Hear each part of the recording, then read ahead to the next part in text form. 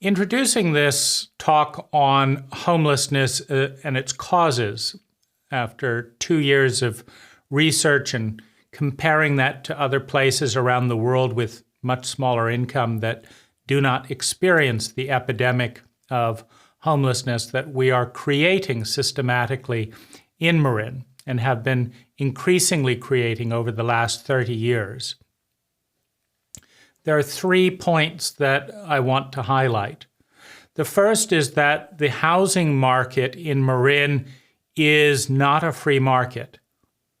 It is a monopoly composed of more than 1,000 laws that dictate that the only way to secure legal housing is through the local building departments, and the only way to obtain a local building permit is to follow more than 1,000 laws, each one of which increases the cost of housing regardless of the person's ability or interest to pay.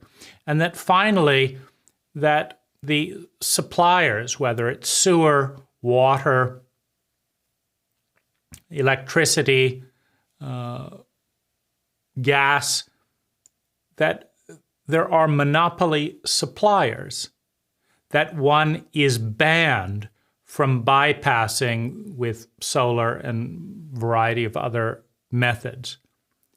The combination of monopoly suppliers that are required by a monopoly institution funded with public money that has orchestrated through more than 1,000 distinct laws a phenomena where it is literally illegal to build a house in Marin that is less than $650,000, despite the fact that more than 60% of Marin residents would struggle or find it flat out impossible to afford a $650,000 house.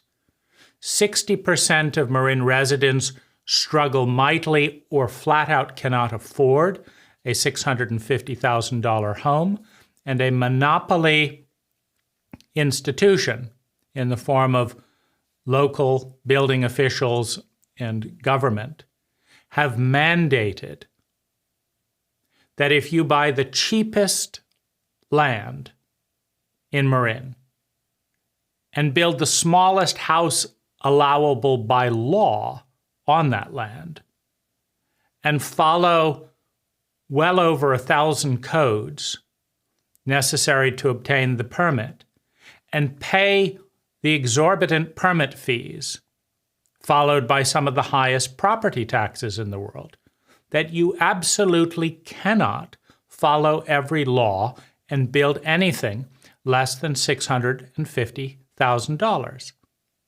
And it is a rigged market. It's anything but a free market economy. And finally, that 40% of Marin residents are suffering psychologically, physically, due to the high cost of housing. This is only going to get worse as every single year housing prices increase faster than the salaries increase for 40 to 60% of Marin residents.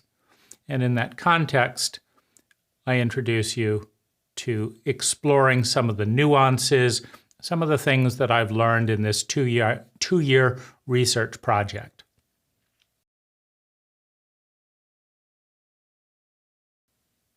I'm Dane Rose, and in this video, we're going to take a look at Marin homelessness, the phenomena of more and more Marin residents being in fear of being homeless, and more Marin residents being homeless over a 30-year period. It's not a new phenomena.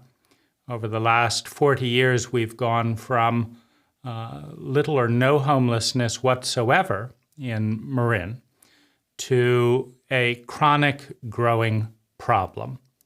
But before we talk about that, let's take a trip to the island of Palawan in the Philippines. Now, Palawan is known in some surveys as the most beautiful island in the world.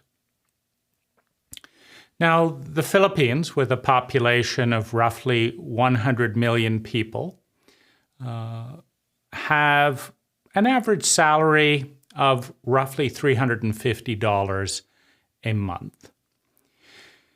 And while I was on the island of Palawan, I visited the Batak tribe, which uses traditional building methods to construct bamboo homes.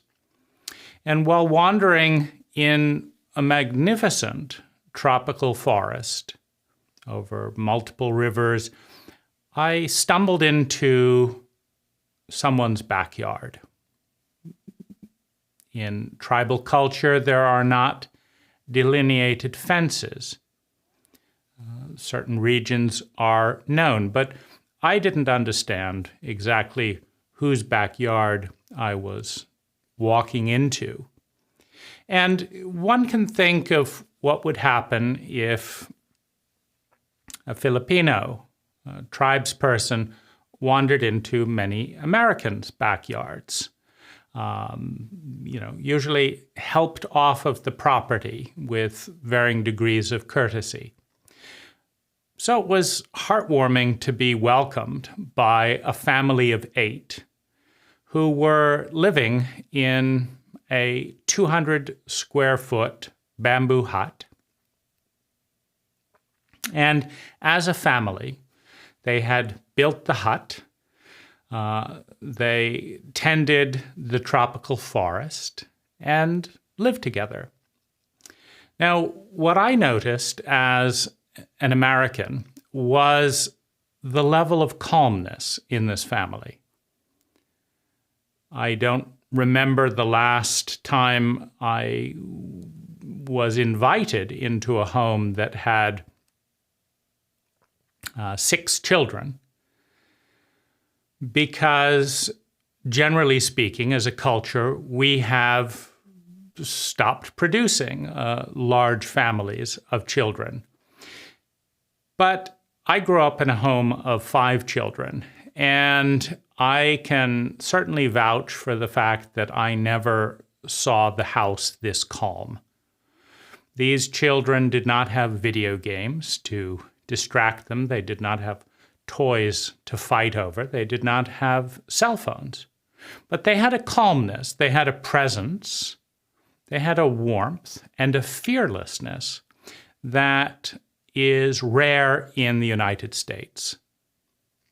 All of them were present in their bodies, calm, and they were not afraid or hostile that someone from another culture and another country, and certainly not from their land, had wandered into their backyard.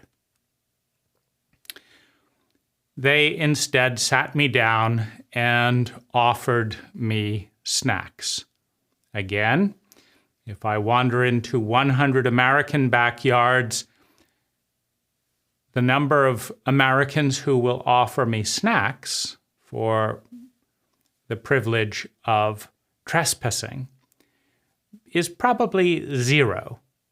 But it's a nice experience. And this whole story is about luxuries enjoyed in other cultures that were once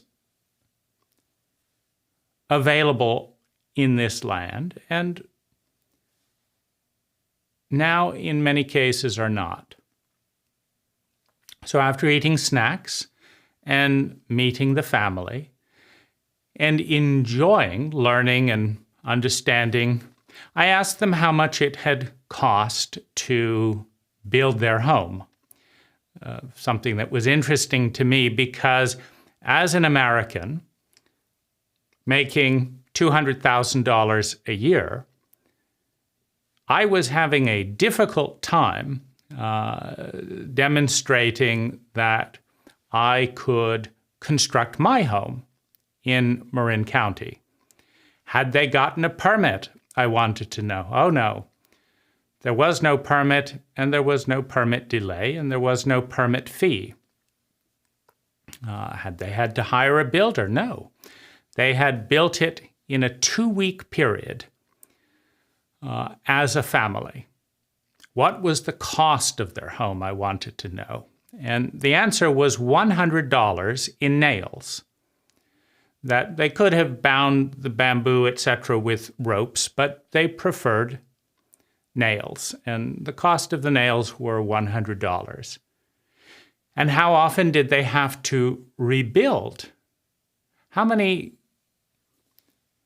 years before they had to spend another 2 weeks and another $100 in nails to redo their home? Well, it would last at least 8 years, they said. And they were happy to invest 2 weeks of their lives. So we're talking about 1 week of their life every 4 years is being dedicated to the cost of their home. Well, naturally, this leaves a tremendous amount of free time. My house in Hamilton Fields costs me $5,000 a month. That's more than a week of every month spent paying for my home. So they're spending 1 week every 4 years. I'm spending 1 week every month. I'm spending 25% of my time paying for my house. Now, America is, within its national anthem, within its mythology, the land of the free, the home of the brave. And I called Marin County, where my land, although it's in San Rafael, it's registered in Marin County. I called Marin County and I asked if I had the same privilege of these Filipinos. And it turned out I did not. Could I camp on my land? No. Could I erect a teepee on my land? No. Could I park a vehicle on my land? No. Could I store any of my things on my land? No, absolutely not. It's your land, but we will tell you all the various things that you cannot do on your land. What you can do on your land, though, is pay 40 times the cost of this bamboo hut in taxes every single year. Because whether I can use the land or not, I get a $4,000 tax bill for not using it. And it's interesting if you go down the road of how far you can go with your own land before you are arrested and fined. Can you be arrested and fined for camping on your own land? Yes. You can lose your freedom in the land of the free for living on your own land. And this is an important contrast because it would be a little bit absurd to pretend that a country and a culture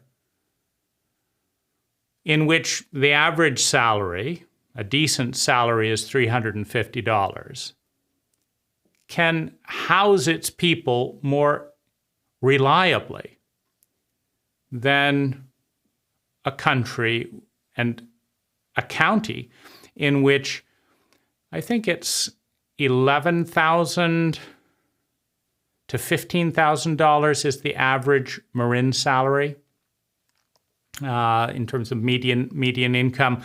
Marin County is the 5th wealthiest county in the entire United States, all of which supports an income higher than $350 a month.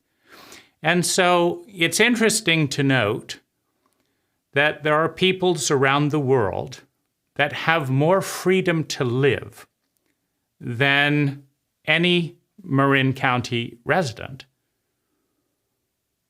That the freedoms that the Native Americans had on this very land have been slowly stripped away from each one of us, to the point that if we erected a biodegradable teepee with a composting toilet that did not consume any water, I mean, you have to hook up to the water before you get the bills saying, please cut down on water,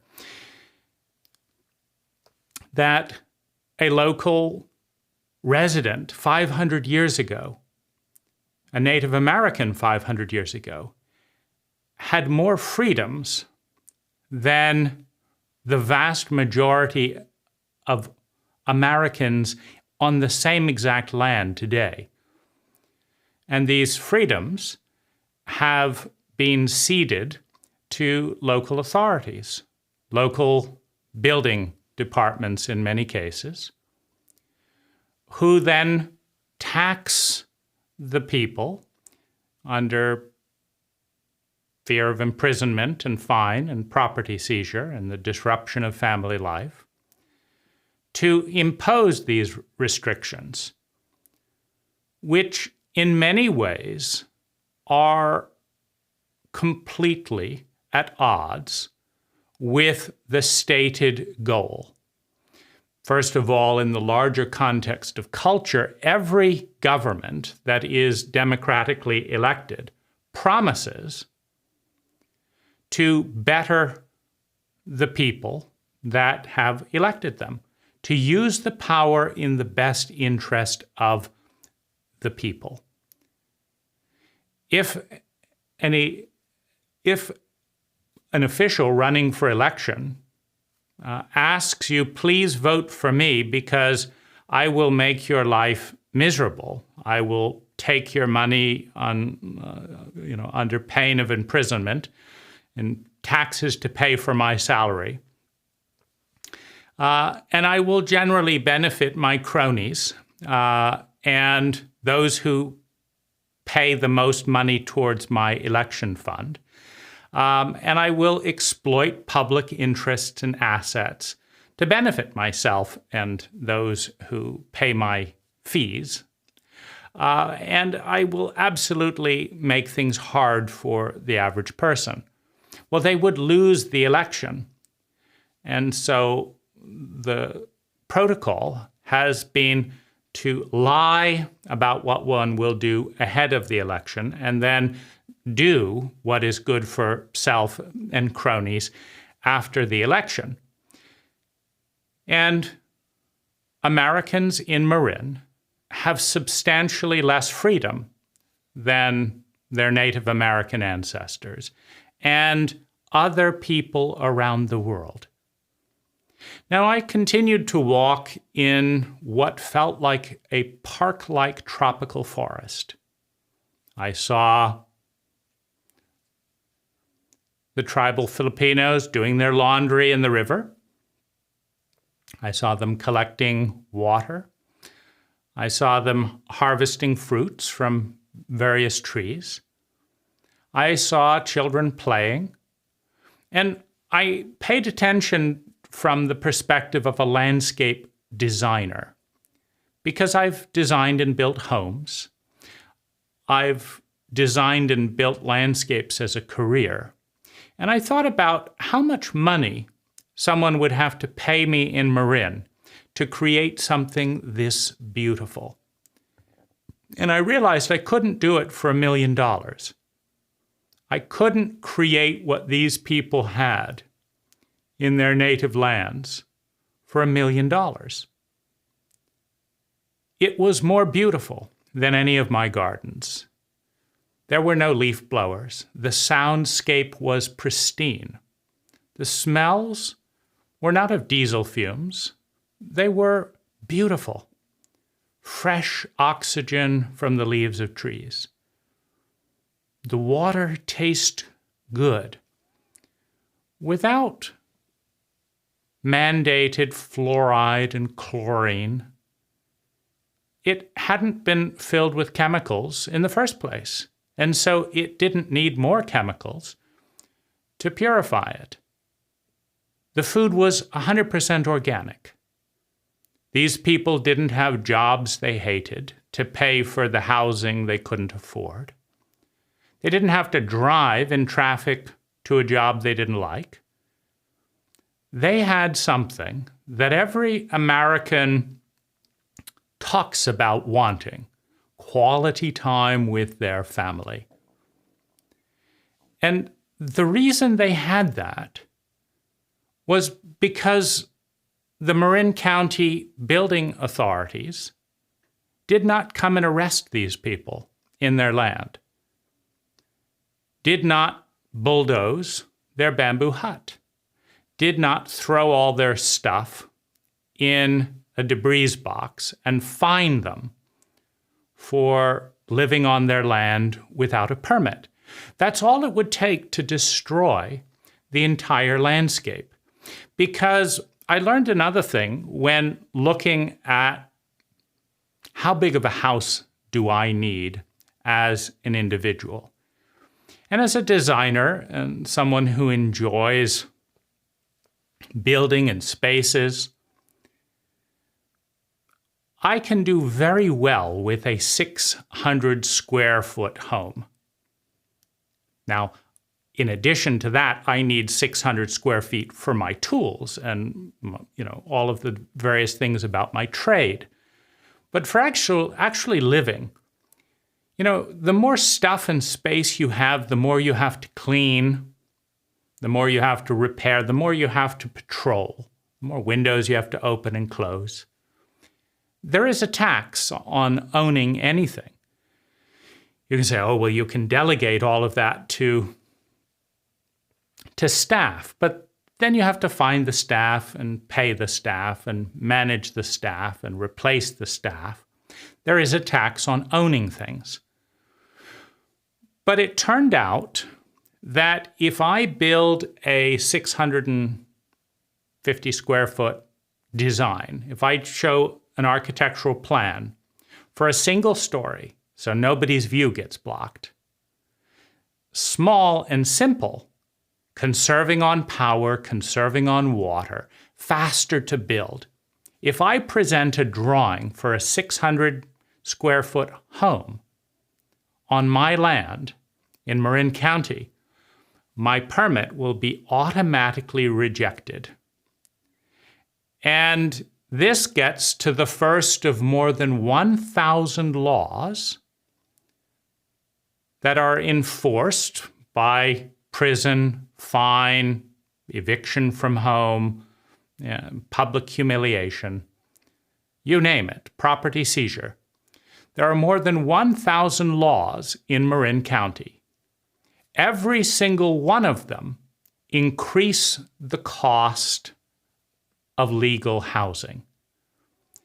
Of course, you can build illegal housing, but that exposes you to fines, imprisonment, seizure, and double penalties, plus the police invading your property. And the very first, and perhaps one of the most significant laws, is that it is illegal on my land to build a 600 square foot house. On my land, the legal requirement is 1,200 square feet. Now you could say, who's looking out for me making these laws? I'm paying taxes, which in Marin County for raw land start out at at least $4,000 a year, 40 times the cost of the Filipinos' home every 8 years. I'm paying taxes that provide ammunition to require me to abide by more than 1,000 separate laws, the very first one of which doubles the cost of my home by law. Because the difference between 600 square feet And 1,200 square feet is double. Double the amount of foundation footing, double the amount of parking required, double the amount of electricity consumed to heat it. For a bigger home, you need then more water lines. You need to put in more fire sprinklers, more roofing, more walls. Now, in many cases, this means on a small lot, that's narrow, this means going to a second story. Now, this means impacting neighbor views. It means making it more dangerous for the firefighters. It means it takes twice as long to build, which means twice as much traffic, twice as much construction equipment. It means more electricity, more water, more sewage, more traffic, more fire risk, reduced views, more trees cut down to make room for a bigger footprint. All of these are required by one law. It has to be a minimum of 1,200 square feet. Now, what if these tribal people had been told that 8 people shouldn't live in a 200 square foot bamboo hut? Now, they didn't know that. Their parents didn't know that. Their grandparents didn't know that. But their local county official knows that and informs them that this won't do. You're going to have to go from your 200 square foot bamboo house. You're going to have to build 1,200 square feet. Sorry about the garden and all the trees and all that. That's going to have to be cut down because you've got to build 1,200 square feet.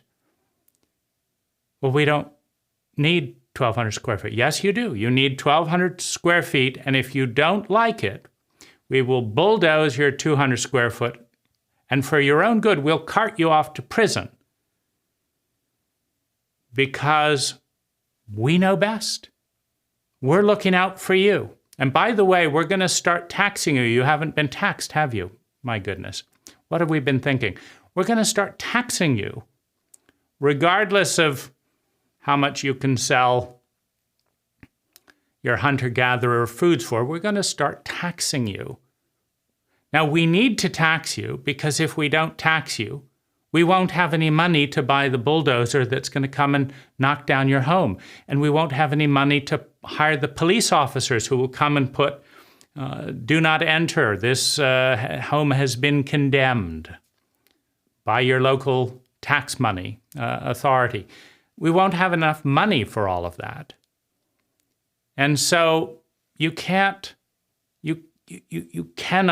live sustainably with your own freedom on your own land, because we know best.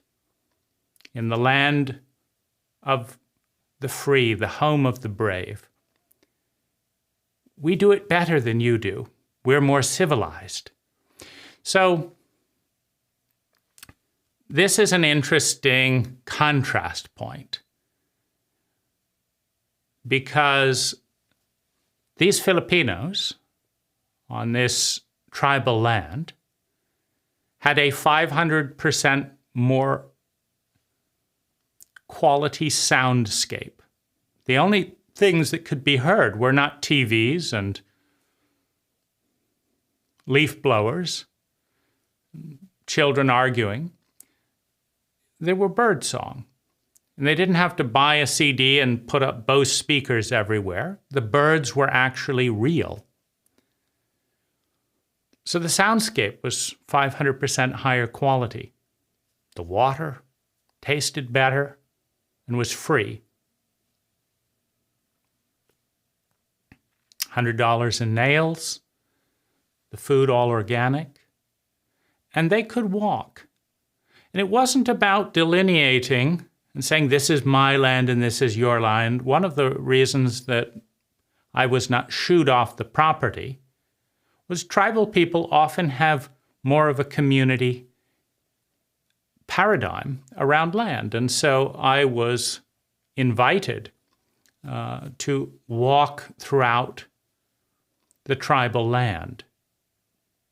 And no one was upset that I was crossing into their land, because the paradigm was that this is our land. And because they weren't spending all day watching TV about the 1 in 100,000 stranger that shoots someone or rapes someone, etc., which are about the statistics. You have about a 1 in 100,000% chance of getting shot or raped. And yet these tiny statistics seem to terrify an entire country, unlike people living the statistics who aren't being bombarded with paranoid media. And I thought about whether or not I would have a happier life living here in a bamboo hut than returning to my $200,000 business in the United States and commencing my ongoing contest in my own county for the right to live on my own land. And I concluded that I probably would be happier. But I'm not a Filipino citizen.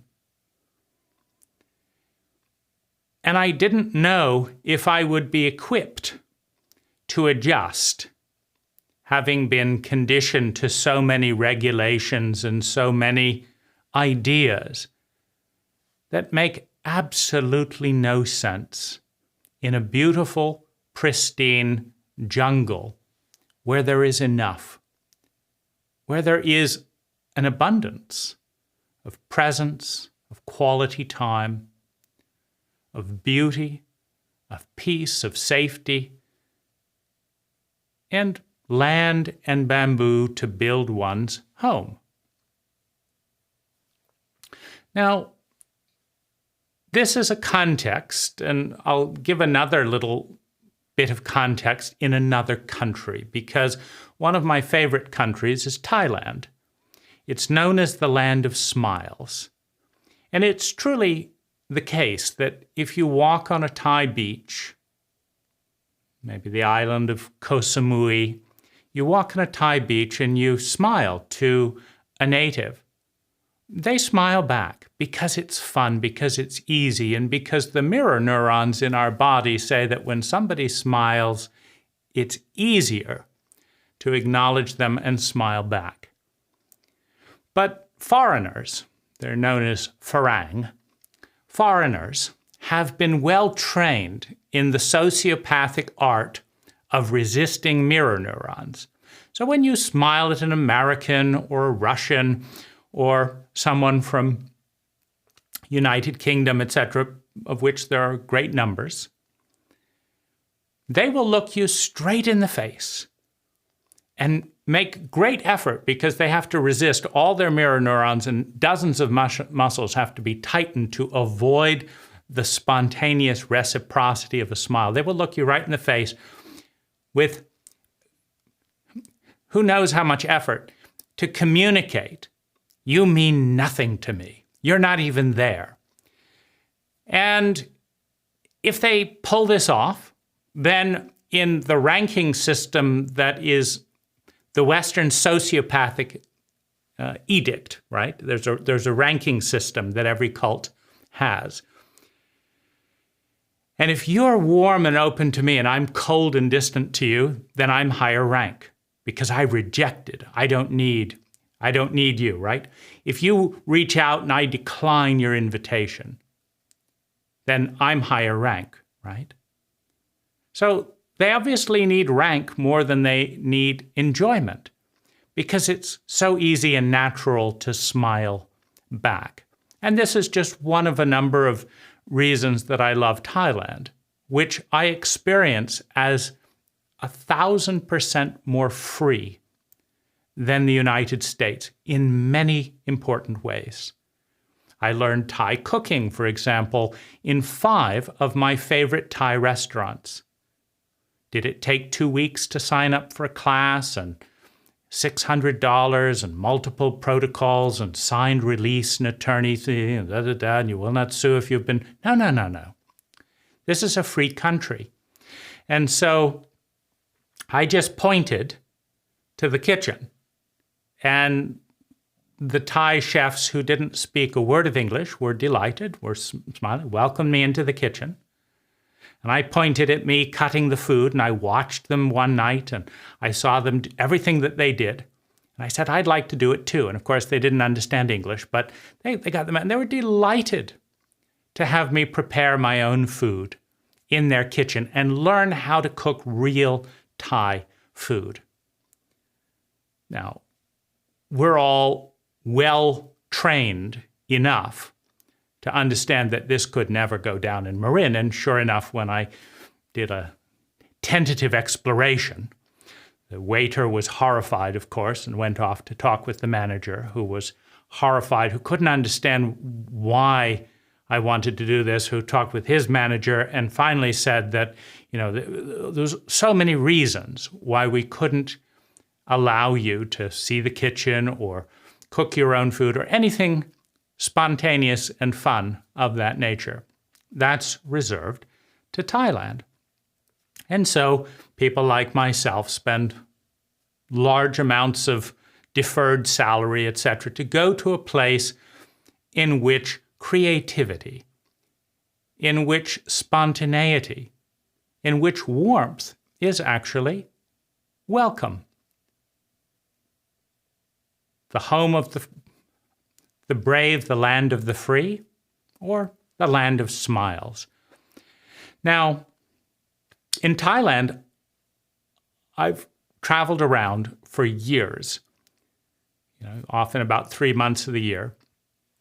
There are no homeless people. Again, the salary is around $350 a month. So the question is, how does their government, HUD in America spends billions every single year. I think it's at least $5 billion a year trying to house American homeless. Now, Thailand taxes its people far less than the United States. And the question is, with so few taxes, how could they rescue all the homeless people in such a poor, undeveloped country? But of course, Thailand has a secret. It's called intelligence, which is that they don't make their people homeless in the first place, and so they don't need to be rescued.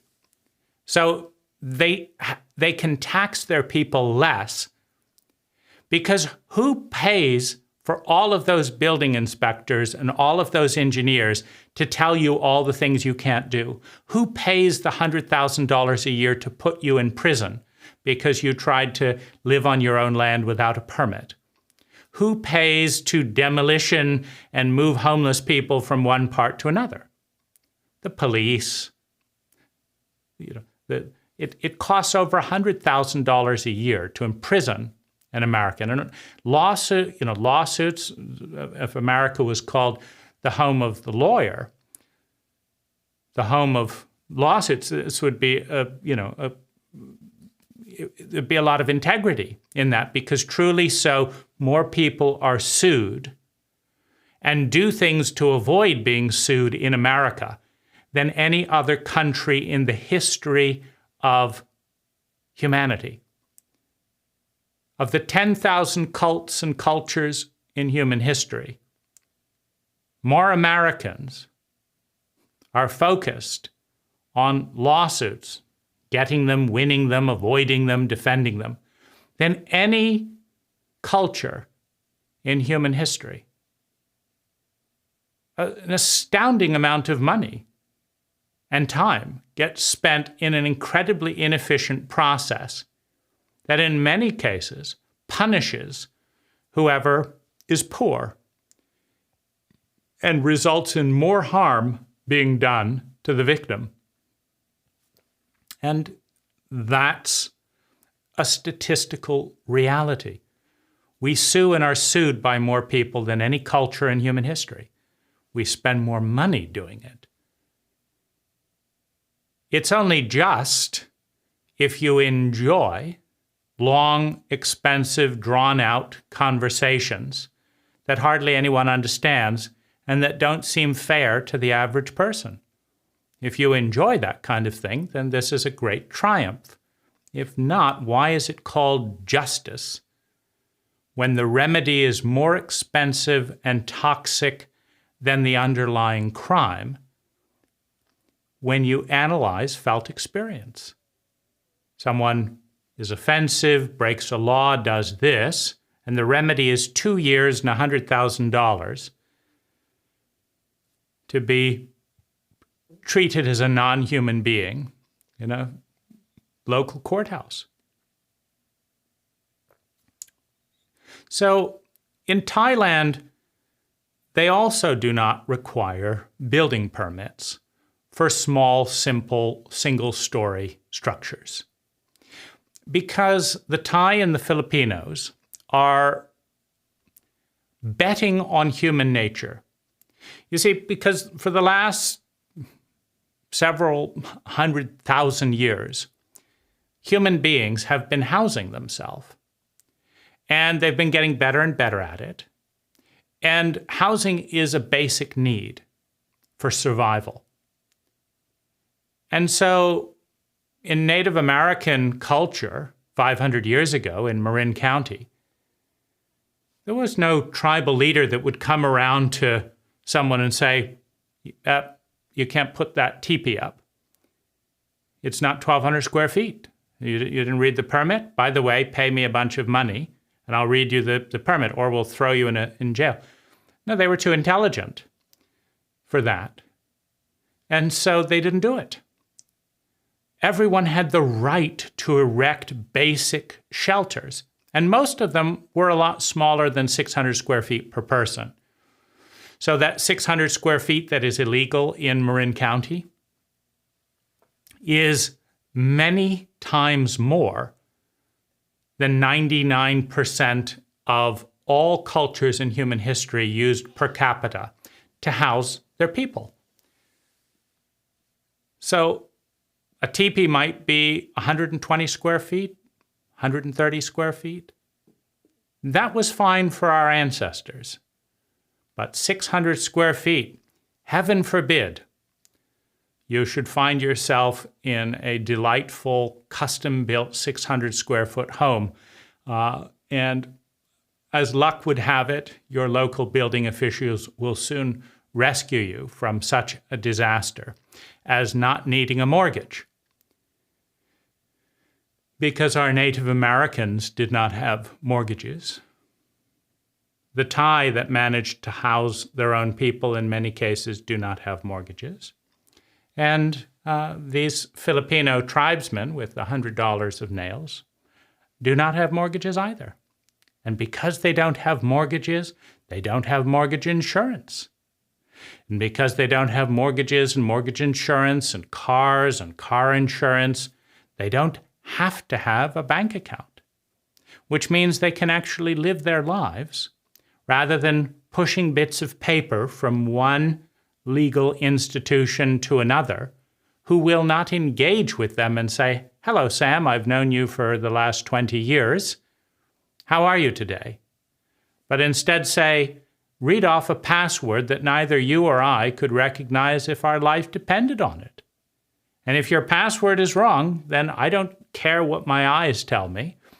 Go off and figure out how to get your password back, or you can't do business in your town of occupancy."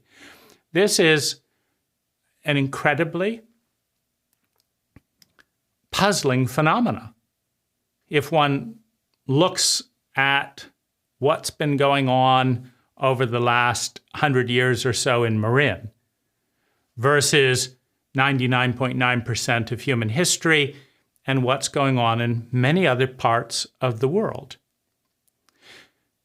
So why is housing such a big deal? Well, in order to survive, one must have safe shelter. It is a trauma to be denied safe shelter.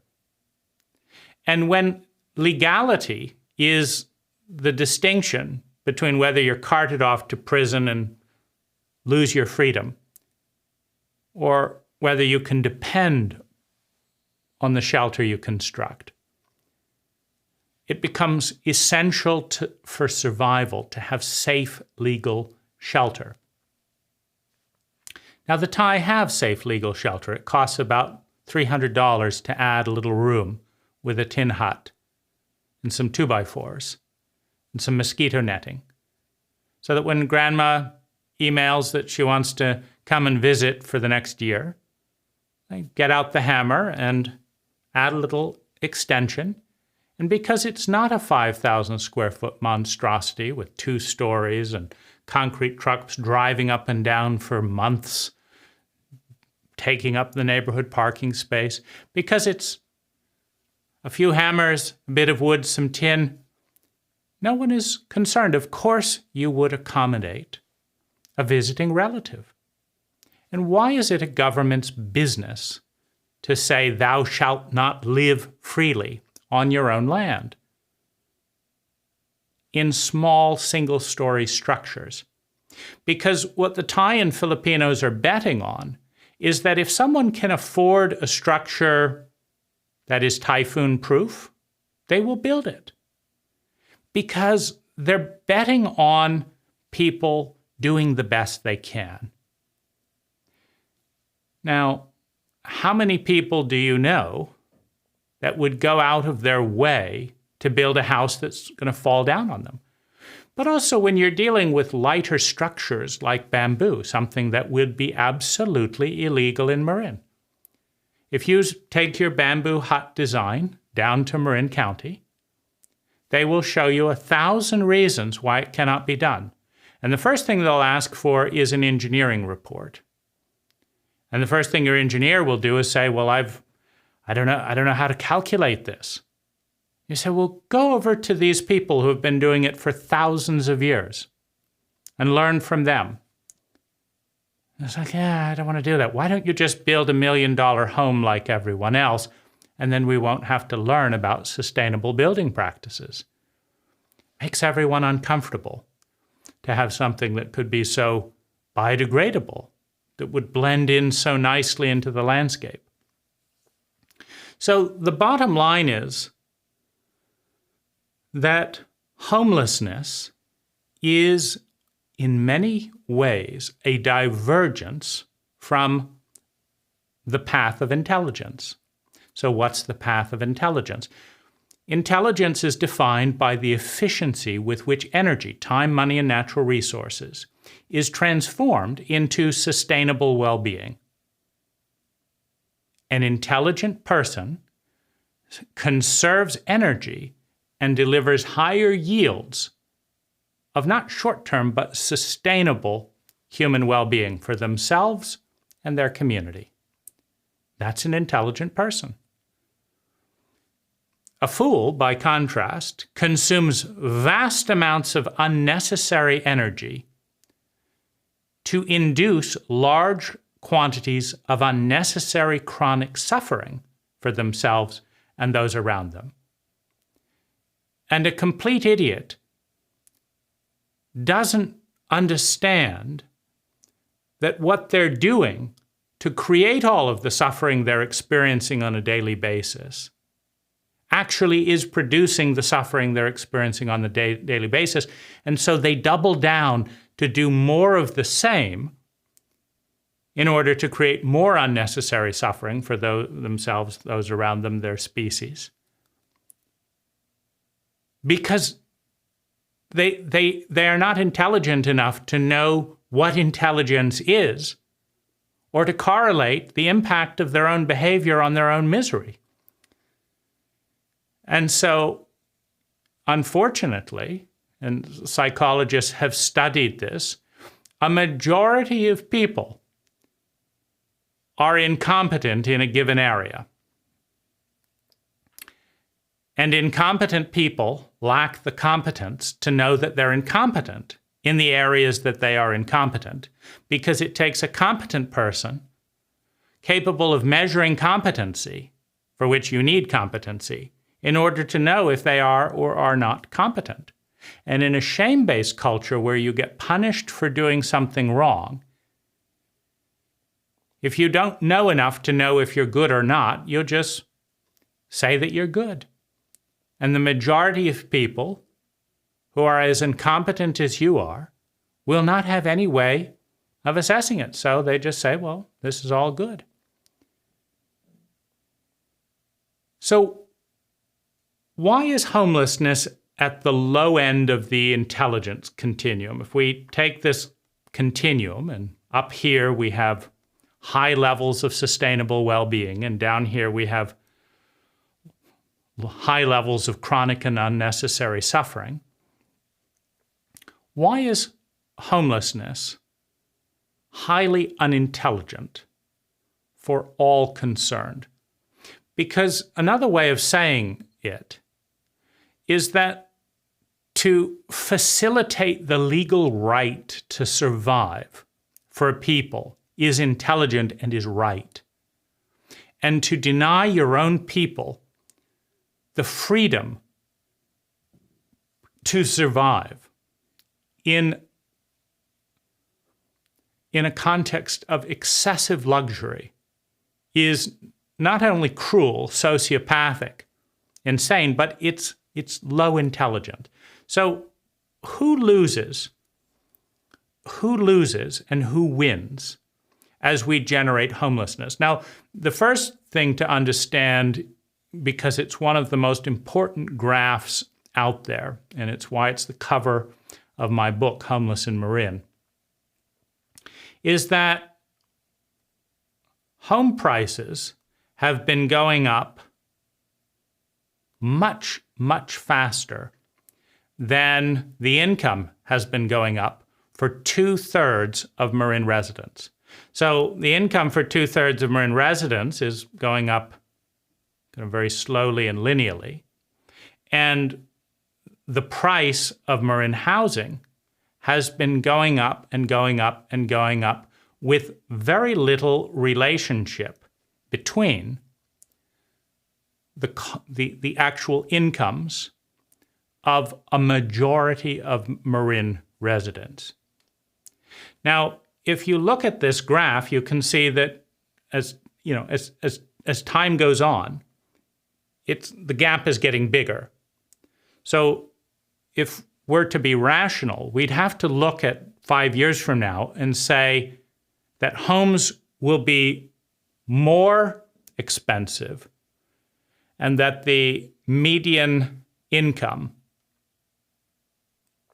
not the average out of the high and the low, but that the income for 3/5 of Marin's population will not have increased as much as the cost of a home per square foot.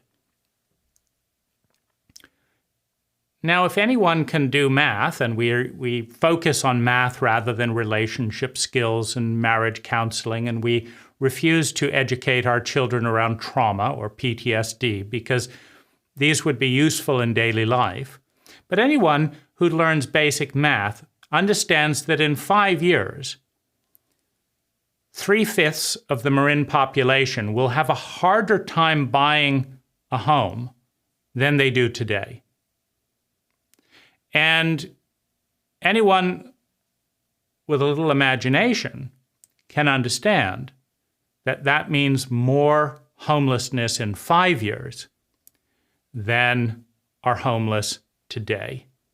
Now, having created the problem with one branch of government, namely more than 1,000 building codes, each of which make what's done in Thailand and the Philippines and what was done on this land 500 years ago illegal in 1,000 different ways. Because I touched on the fact that it was illegal to build a 600 square foot home on my land. my home, my land, my design, my money, paying taxes, absolutely forbidden to build a smaller home. Now, why is this insane? Why is this crazy? Well, let's look at what letters go out in the mail from the fire department. They are so worried about your home. Please cut down your trees. Please remove your bamboo. Please do this. Please do this. We're so worried about fire. And so you say, fire department chief, would it be easier for you and your men, because let's face it, it's mostly men in the fire department, would it be easier for you and your men if I built a 600 square foot single-story house rather than a 2-story 1,200 square foot house? Well, the science is clear. We pretend we're a scientific country. The science is clear. It would be twice as safe for the fire department to put out a 600 square foot house than a 1,200 square foot house. Okay, so fire department, why aren't you lobbying to restore my right to build a house that I want that will be easier for you to put out? You see, here we get into politics. Science is generally rational. Politics, by contrast, it's got a very twisted logic. If you follow the money and the donors and who appoints whom, you can kind of see why otherwise rational, normal people would behave absolutely insane in order to fit into a political structure that we are so proud of and try to tell other countries the way they should do it. But the fire chief will not write a letter on my behalf. The fire chief will not interview me. I've asked, will you interview me and talk about the pros and cons of tiny homes? No. The single most important thing that anyone could do in Marin to make it easier for the fire department, the single most important thing, is to build tiny homes. That is the scientific fact. But it is not only illegal, but the fire department is spending zero interest on encouraging people to build tiny homes. So you'd have to wonder, are they really interested in putting out the fire? Or are they interested in playing a political game? You see this again when redwoods, which are far more likely to spread fire, are left untouched, and my clients get told to move ferns filled with moisture 5 feet away from their home. You look at the redwood next there, then you look at the fence. Crisp kindling, aged redwood, 10 years old, ready to get lit with the slightest match. Not a peep. They want you to move the ferns 5 feet from the house. They don't say anything about fire retardant paint on the fence or fire retardant paint on the deck. All kindling. They say nothing about the giant redwoods all over the place, but they want you to dig up your ferns. Is it science or is it politics? And what happens when a culture spends too much of its high taxes pursuing paths of action that diverge violently from science, that become more and more inefficient? Because reality doesn't give. Cultures do. 95% of every cult in human history is extinct. Anthropologists will tell us there have been 10,000 religions, 10,000 languages, 10,000 belief structures, and every one of those cults say the same thing to their children. Do it our way. This is the only way to do it. This is the normal way to do it. Don't talk back to your parents. Don't fight your government and their policies. Do it our way because we said so. And kids grow up, and that's how cults perpetuate. They copy the status quo. 95% of all cults in human history are dead. Not because they followed the path of intelligence and followed the data. They're dead because cults cling to their identities in the face of obvious data. We are killing Marin residents at the rate of 12,000 hours of human life every 24 hours. 12,000 hours of human life go up in smoke every 24 hours in Marin in order to sustain the status quo of a profound level of sociopathic stupidity that diverges wildly from the science. But it conforms to local building codes. When your codes and your law do not conform to science or intelligence, and large amounts of public money are being forcefully taken, with pain of seizure and imprisonment, to police and enforce these policies, you have a deteriorating civilization that destroys itself with its own arrogance because it will not listen to the data. Tiny homes are good for view. They are good for parking. They are good for slope stability. They are good for fire. They are good for ecology. They save water. They save power. They allow more garden and space between neighbors. And they can be built without a mortgage. I can build a tiny home for a homeless person in a weekend for less than $5,000.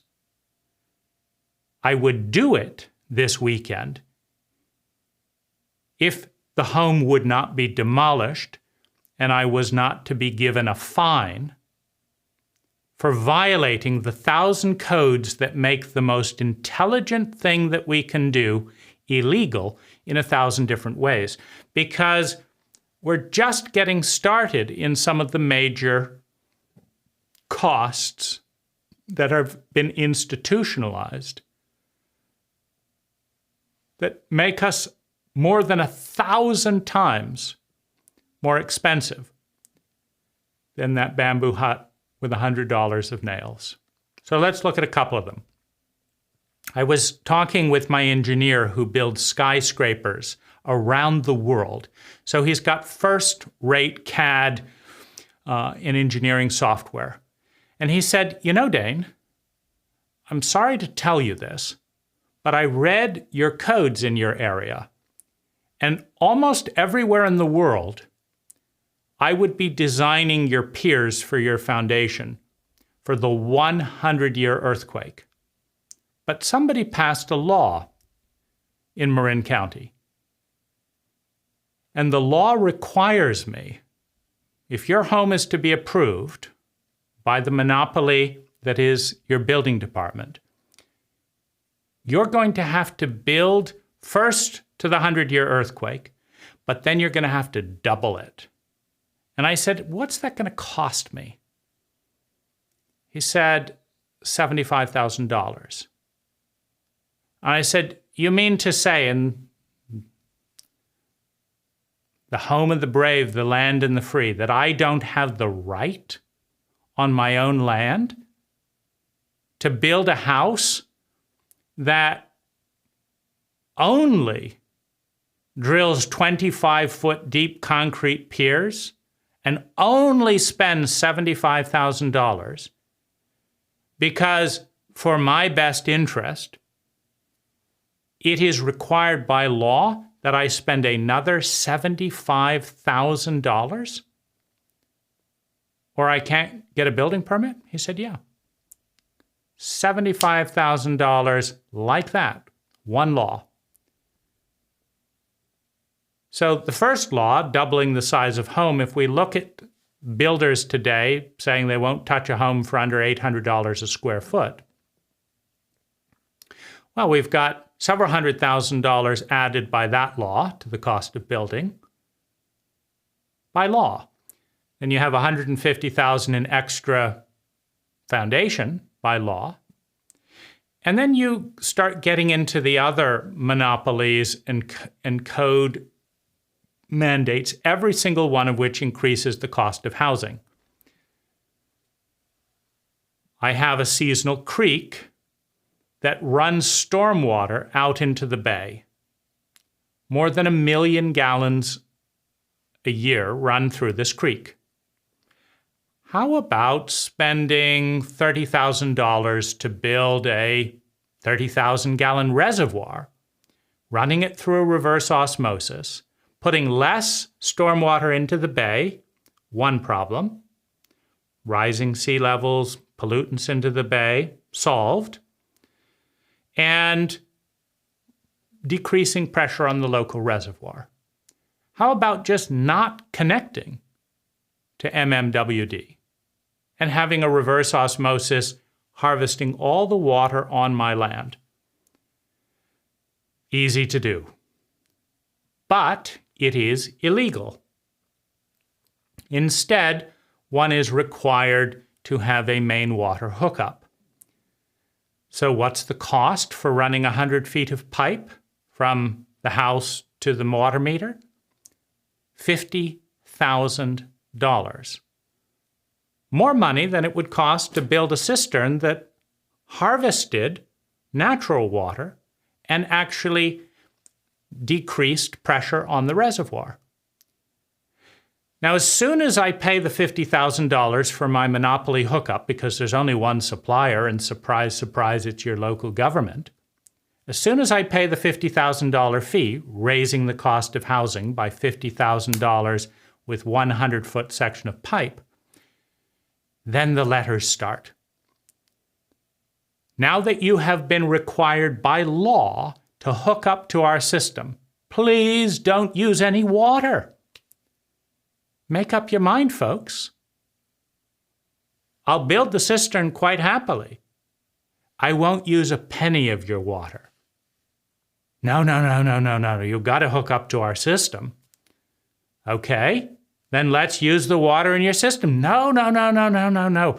We haven't managed our water well enough to let you actually use the water you paid $50,000 just to hook up to. How crazy can it get? Now, what about the power supply, right? We don't want ugly power lines going across to the roof. Makes sense. We don't want to stress out the wildfires. Makes sense. We don't have enough power for all the housing. Makes sense. I've got a solution. A Tesla Powerwall, a solar roof, and I'll have power, and you can shut everything down for wildfires and all the various things, because do what you got to do. But PG&E says, no. We can't let you generate your own power. You've got to hook up. You've got to pay us for a big hookup fee. But now that you're hooked up, please don't use too much of our electricity. So you have schizophrenia. The fire department is saying, make it easier for us. The building department is saying 1,200 square foot minimum. The water department is saying, please save water. The building department is saying, you've got to hook up to MMWD. PG&E is saying, please don't use too much power. The building department is saying, pay more money to hook up your power. The sewer system is saying, we're maxing out on sewer. It's so expensive to treat all this waste. The building department is saying, composting toilets are illegal. You got to pay us $7,500 to hook up, and then we'll start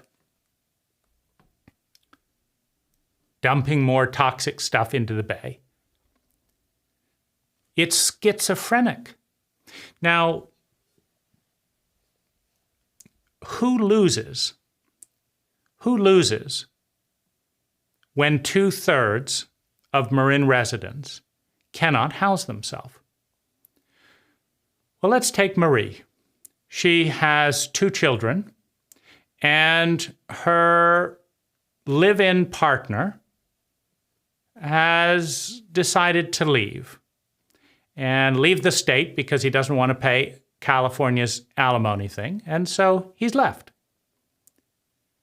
And suddenly Maria, who's a hairdresser, discovers that her hairdressing job will not allow for the monopoly housing price of a Marin house. Because if you look anywhere in Marin and you build the smallest legally allowed house on the cheapest piece of land, and you build it to these thousand codes, your, quote, cheap home will cost you more than $650,000. Now, you can't make $200,000 flipping burgers. You can't make $200,000 cutting hair. Certainly not at a budget haircut place. So what does Marie do? Does she take her kid out of school because not one of her politicians or building officials made it legal for anyone to construct a low-cost home? Does she uproot her family? What does Marie do when her partner skips town? What do her children do when the low-cost homes are $650,000 a month? I can tell you one thing they do. They suffer. They worry. They angst. They feel invisible. Why is nobody talking about this? They angst a lot, and a lot more than our native tribes people ever angst about homes, because they didn't have building departments telling them they couldn't live on their land. The question is, why do we have a building department telling us we cannot live on our land, not our public land, not our private land, in the manner that is more consistent with ecology, more consistent with economics, more consistent with ecology, more consistent with views, more consistent with fire protection? Why is it illegal to construct a tiny home in a civilized, free country? Now, the ripple effects of this huge gap between income and homes is extreme. It's extensive. Josephine is beaten every month. And every month, her domestic partner, her husband, stress builds up in an emotionally illiterate culture. You see, her husband went to school and learned algebra, learned the names of presidents, but did not learn about PTSD. He didn't learn that he had contracted PTSD from his father, who fought in World War II. And his father didn't learn anything about it either. We are a don't ask, don't tell cult when it comes to emotional literacy.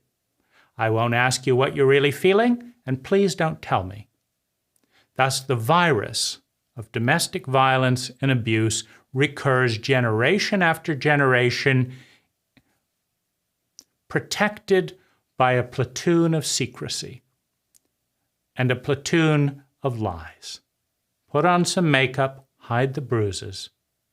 But why doesn't Josephine just leave? Well, she's thought about it. But her teenage daughter has finally bonded with a few friends. She's sure that her daughter will not be able to understand and will hate her for making them move again. And she also knows she cannot afford living in Marin as a single parent. And so she takes a beating every month. What I want all of us to observe, which is the obvious, is that there's a link between doubling the cost of every Marin foundation, in my case from $75,000 to $150,000, and Josephine not being able to take care of her daughter as a single mother.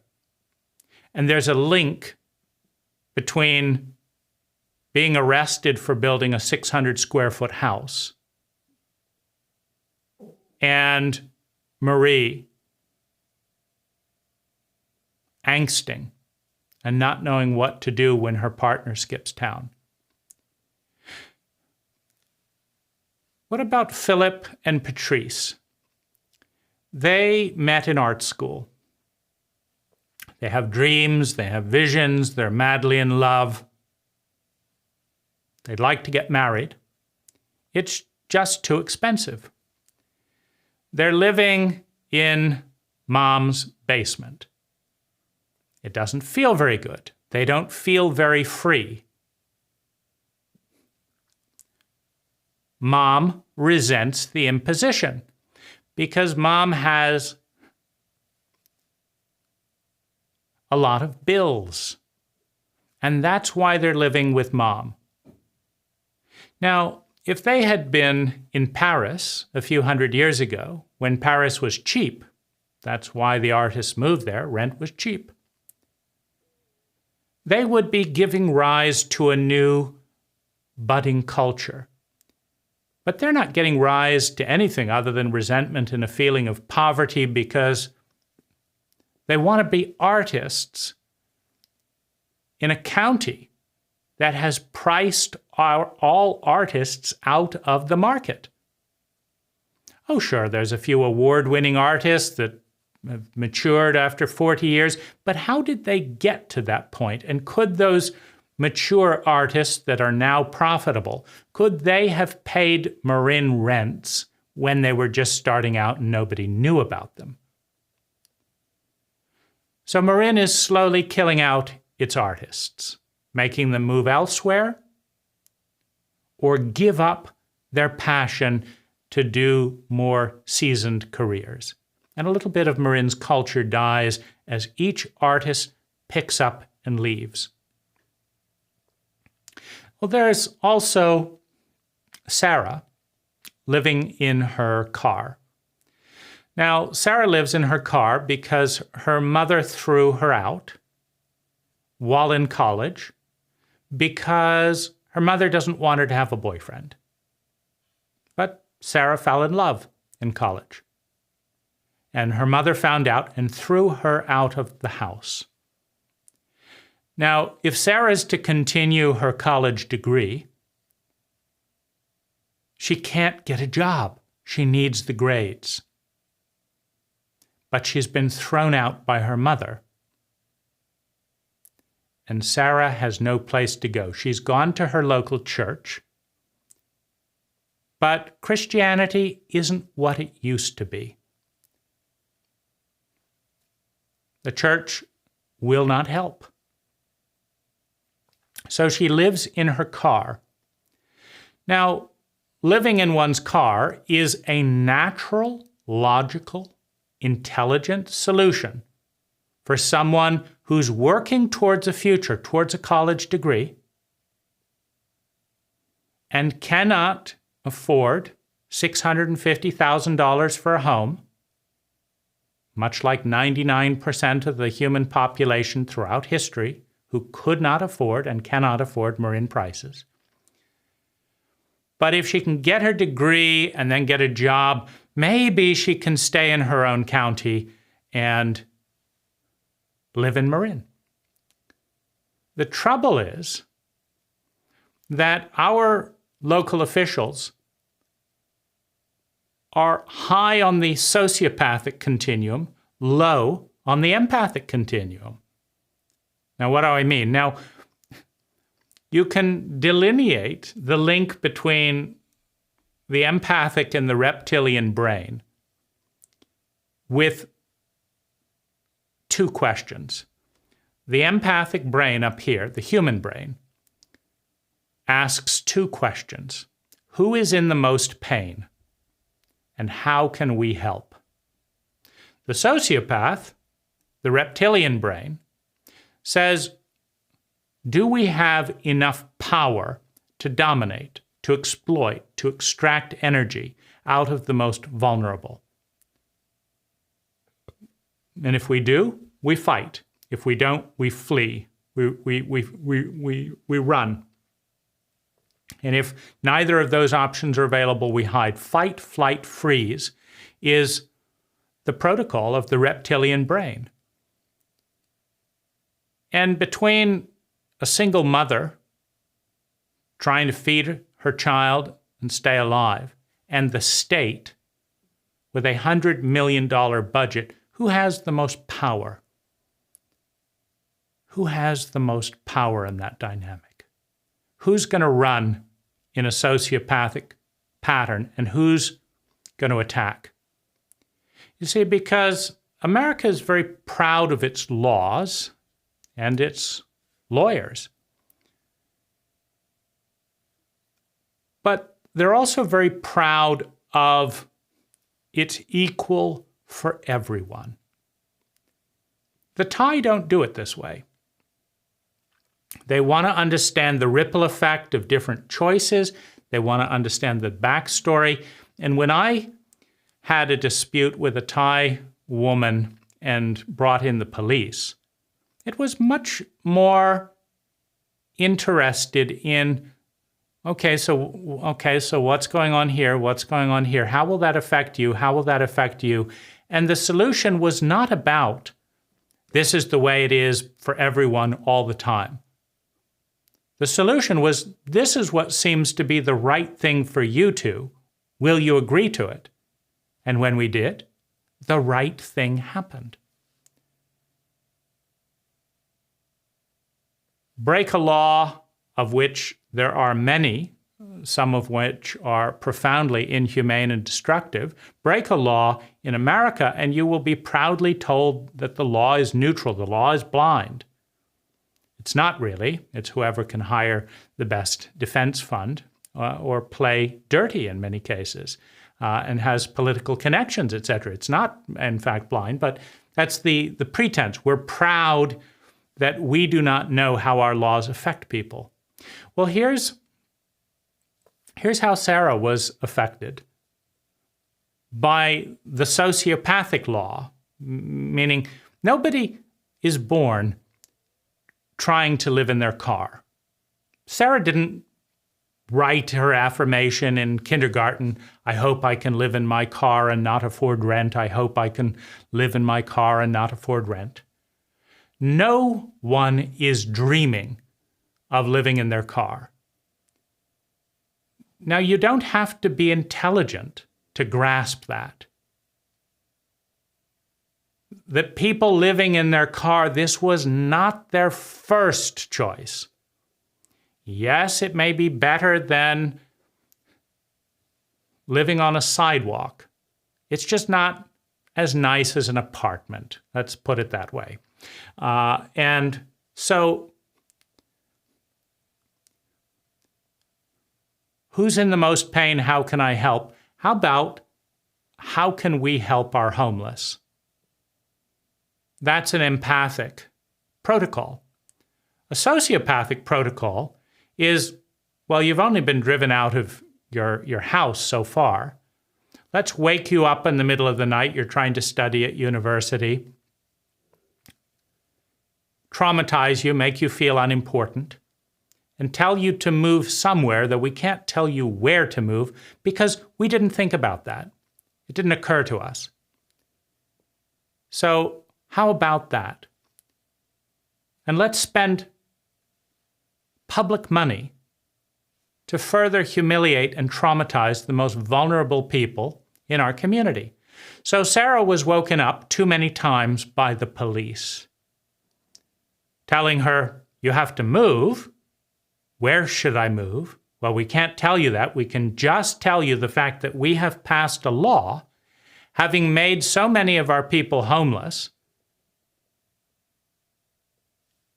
in a process that's only been going on for 30 years in the fifth wealthiest county of what is supposedly,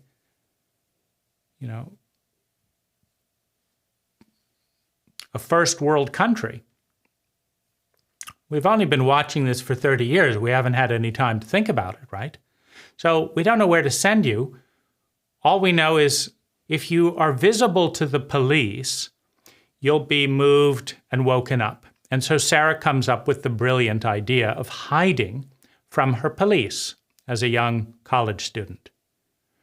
And her gang rapers come up with the clever idea of let's find the young women who have been evicted by their parents and harassed by their police into dark places with nowhere to go. And so Sarah is gang raped by 5 men. Empathic? Sociopathic. Why is it that a young woman in Marin cannot get support at her church or her family or her local government to finish her college degree? When we know the answer to that, we know the answer to so many family secrets, so many crimes, so many cruelties, so many traumas, so many shames, and so many destroyed lives. But does an intelligent cult go out of its way to destroy the lives of more and more of its people? Or does an intelligent cult change its protocols so that someone like Sarah can finish her degree and get a job capable of the ever-increasing $650,000 low-cost house in Marin? Now, Bill and Tommy want to start a kid's toy business. And their theory, they've seen all the wasted wood laying around. It's a fire risk. And they want to cut this into interesting toys for kids. And they want to get a shop. It's just that the shop is one of the most expensive shops to rent anywhere in the world at Marin rental prices because there's so much scarcity. Because 95% of all land in the entirety of Marin has been deemed unbuildable. If you take the entire square footage of Marin County and then ask your building department, where on all of these millions and millions of square feet, where can I actually do what I want to do? There will be less than 5% of all this land available to do what you want to do. In other words, Marin has engineered, and is very proud of it, 95% scarcity. If you want to do something, you have to do it in 5% of the square footage of your entire county. There's not a shortage of land. There is a shortage of zoning to do things people need to do, and that shortage, artificially generated by dozens of specific laws, makes things more and more expensive. Now, if you want a tunnel under China Camp, for example, nobody's using it, 200 feet underground. If you want a tunnel under China Camp, you can build 12-diameter tunnels for $10 million a mile. You can put tiny homes in them. You can do mini storage there. It's just Marin County is not set up to make that cheap or easy. There's dozens of laws that tie up that land as well. They just don't make any sense. Now, it's important to know that 40% of Marin population is actively harmed on a daily basis with this graph of incredibly high home prices relative to their income. It creates dependency, which leads to resentment, which leads to fear, which leads to anxiety, which leads to health problems. This is institutionalized suffering for 40% of Marin residents. Now, Janice and Peter are an elderly couple, and they've run a local restaurant for 25 years, and they want to retire in their long-term home. The only trouble is they're not sure, after the $100,000 medical bill, they're not sure that they can afford to pay the taxes and all of the various costs in such an expensive area. And so they're considering selling because they're not sure they can live the life they're accustomed to in a county they've worked in their entire life. They're anxious about it. They're tight about it. It's not enjoyable, their retirement. So you have budding entrepreneurs that can't pay the rents to get started. You have the elderly feeling isolated and shamed for not having enough money to compete with all the various expenses that have gone up with inflation faster than their retirement. You have artists who are pushed out of their passion or out of the county. You have children who are looking for jobs that would like to have their own thing, but it's too expensive for their parents or them to afford to give them an apartment. So they're living at home in the kind of frustration that often comes with that. 40% of Marin residents are suffering every single day for complications around these issues. It may not be forefront in our minds, but what if we got in a car accident, lost our job, and our spouse needed to take leave, unpaid leave in America, to care for us? Could we afford a year of that at these prices? These prices that are institutionally mandated by our building departments. You must put in these fire sprinklers, whether you want to or not. You must double the cost of your foundations. You must build a gabled roof because we don't like flat roofs anymore. You must get this and this and this engineering report. You must pay $30,000 for a permit. You must hire these people with this license and this. You must build 1,200 square feet or more. You must go bankrupt or homeless or stress yourself out and sell your passion and your dreams to satisfy our tax collectors and building departments. Because it's not hard to see who the winners and losers are. I mean, when 1,000 separate laws each raise the cost of building, you have a group of people over here that benefit when housing prices go up, and you have a group of here that lose when housing prices go up. So let's look at the winners. Well, realtors get paid by commission. So if a house goes from $1 million to $2 million, the realtor makes twice as much of a commission. So check for realtors.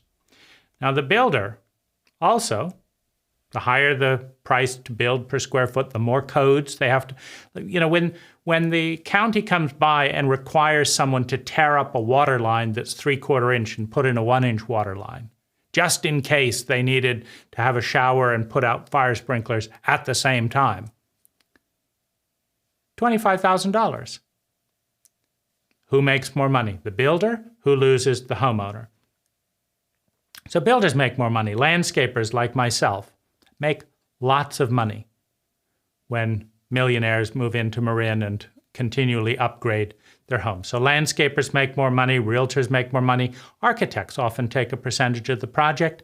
So rather than building $50,000 affordable homes, how about the $100 affordable homes? The architect takes a 10% commission, $10 to design a bamboo house. Well, that's affordable. But architects make more money. Now, who else makes more money? Building officials and their departments. In Mill Valley, one of my clients told me that her builder was given a hard time because he didn't charge them enough money to satisfy their cut. Meaning Mill Valley takes a cut. They ask you how valuable, how much money you're going to spend on your building. And if you spend $100,000 and they take 3% of that, they only get $3,000. But if Mill Valley can in some way engineer a $200,000 for the same job, now they get $6,000 for checking a bit of paper and saying, okay, you can do what you want on your own land. So the building departments benefit the more expensive the home is. Now, who else? The tax collector. The more you spend in your home, the more we will tax you for spending that in your home. So you have double taxation. First, you have the taxing of needing the income to make the improvement, and you need to buy the land and be taxed on that. Now you'll be taxed on the improvement. So you have double taxation. So here we have all the winners. The local government employees. Now, of course, the police department and all those benefit as well. If you start throwing people out of their home because they can't afford the high prices, well, then they benefit. So government employees, they benefit. Now, who loses? Single mothers, college graduates, entrepreneurs, children, the elderly, people with low-paying jobs, people who are sick. Every one of these people lose when a monopoly building structure makes it illegal to build simple, affordable homes. The same homes that Native Americans could have built here freely 500 years ago. The same homes that Filipinos are building in one of the most beautiful islands in the world. The same homes that the Thai are building in the land of smiles. So who really loses? When the artists pick up and leave, when people are stressed up, when more people in America commit suicide than die in car accidents. Who really loses in the end? We all do. We all die a little bit when our cult is devoid of artists, musicians, creatives, entrepreneurs, in new and innovative businesses. We all die a little bit when, rather than seeing a romantic couple in love, we see a resentful couple trying to deal with the fallout of psychological illiteracy in another American home. Our dreams die when we want to change jobs, but we realize that it would be risky. We might lose our house, given that half of our income is making a house payment. And we can't save up enough when we're putting so much into the house and then so much into the taxes because we're putting so much into the house. Everyone loses when 40% of the culture is anxious and worried about their home. Every one of us loses. Now, there are a number of direct fallouts to creating a stressed, less clean, less safe, less healthy population on our streets. We engineered this by passing 1,000 laws that increased the cost of housing and making housing a monopoly government affair. We have taken this right from our people. 99% of the peoples in 99% of human history have had the right to put up a tent, a teepee, a wagon, and sleep under the shelter they construct, but not Marin residents. I, with a $200,000 salary, with a fully paid for piece of land, cannot camp on my land legally. Nor can I build a tiny house, nor can I store my tools, nor can I sleep in my car. In fact, we have gone out of our way. It's like affordable housing is all around us. And what we have spent great amounts of public money doing for the last 50 years is making sure that every single one of the affordable housing protocols that anyone could use are illegal to almost all of us.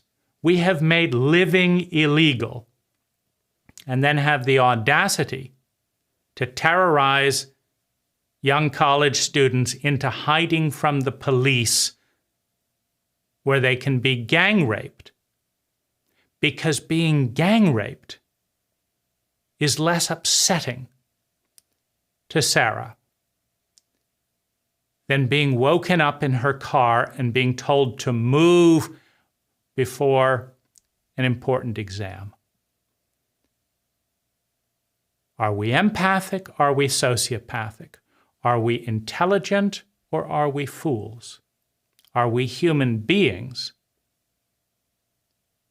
Or are we reptiles enacting a fight, flight, freeze protocol in which we prey and punish and exploit and blame the most vulnerable people amongst us? The answer is very clear. I do not want a single penny from HUD. I do not want a single tax dollar going to evict someone from their own home. I want taxes to come down. That's part of what makes Marin unaffordable. And I want people to have the right to build homes that they can afford on their own land and to improve those homes over time. And if the government is so concerned about my safety, it wants to come on and help shore up the joists in my roof, and if it is courteous and intelligent, have at it. There's nothing wrong with being helpful. It is in everyone's interest. But to ask me to spend another $75,000 to prepare for the 200-year earthquake, when 12,000 hours of human life is going up in smoke every single day in Marin and has been disappearing for years, we have to ask ourselves if we're thinking straight. The right to have a composting toilet, the right to have an off-grid solar panel, the right to reverse osmosis and store seasonal water, the right to build a smaller house that obstructs less of the view and is easier to be put out by fire and uses lower natural resources, the right to build pre-approved designs that any architect can say there have been 10,000 of these built. This is already approved. It does not need $30,000 of review. You can stamp it today. The right to have 20 or more pre-approved structures that anyone can build anywhere. The right to avoid difficult multi-year processes and just get neighbors' signatures and say, I'm fine with this, I'm fine with this, I'm fine with this. And it's approved. Whereas I talked to each of my neighbors, and they all liked what I was going to do. But that's when I learned that Marin County didn't actually care about me or the neighbors. They cared about their codes. Because they told me I couldn't do this, this, this, and this because of the neighbors. So I went and talked to each of my neighbors. And I said, you like this? Yes. You like this? Yes. You like this? So you'll sign. Okay. I said, problem solved. You don't have to waste public tax money going and discussing this with my neighbors. I have. Here are their signatures. They said, no, we're not actually interested in your neighbors. We're interested in hypothetical neighbors, what they might think. And what might they think? Oh, they think that our codes are good. I see the codes that make my house more expensive and awkward and less tasteful. Those are the things. Yeah. You got to build it like this. Well, just design my house for me, Marin County. Why don't you just sketch it out for me and approve it? Since I'm paying the bill anyway. Oh, no, we can't design your home. We can only tell you 1,000 ways you can't do what you want to do. And if you can figure out how to do something you like within all of that, then you can pay us $30,000 to hold the project up for a year or so while we go through the approval process. That doubles the cost of a home. 3 years of bureaucracy. We want the plans like this and like this. Why don't you come out to look at the land? No, that would be intelligent. Come out and meet my neighbors. That would be intelligent. We want you to hire an architect. That'll cost you another $50,000 minimum to draw it all up so that we don't have to get out and actually look at the land. Turn everything practical into something archaic and expensive. So we need rights to do what 99% of human history has given to its peoples, to 99% of its peoples, the right to construct basic, simple, legal shelter. And the only thing missing from that is legal. I can offer someone a tent in my backyard. It's just illegal. I can buy someone a van and say, this ought to protect you and carry your stuff around. What do you think? It's $5,000. My gift to you. It's illegal. We do not need more money. We need less bureaucracy. Because we're spending public money every single day to participate in the murder of 12,000 hours of human life. There are more than 2,000 people in Marin who are homeless. And there are tens of thousands of people who are worried about money because of the high cost of housing.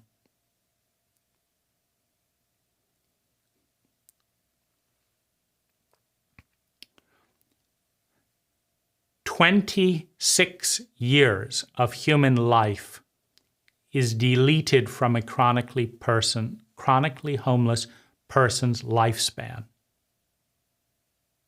That's more than 6 hours every single day. 2,000 people, more than 6 hours a day, 12,000 hours of human life is exterminated by these status quos. Now, who loses when people have the right to legal shelter in a way that they can already afford? Who loses when I have the right to put a teepee on my land or a 600 square foot home. The tax collector, the building officials, the realtor commissions, the builders, the architects, the banks that get to make more fees because everything is 10 times more expensive.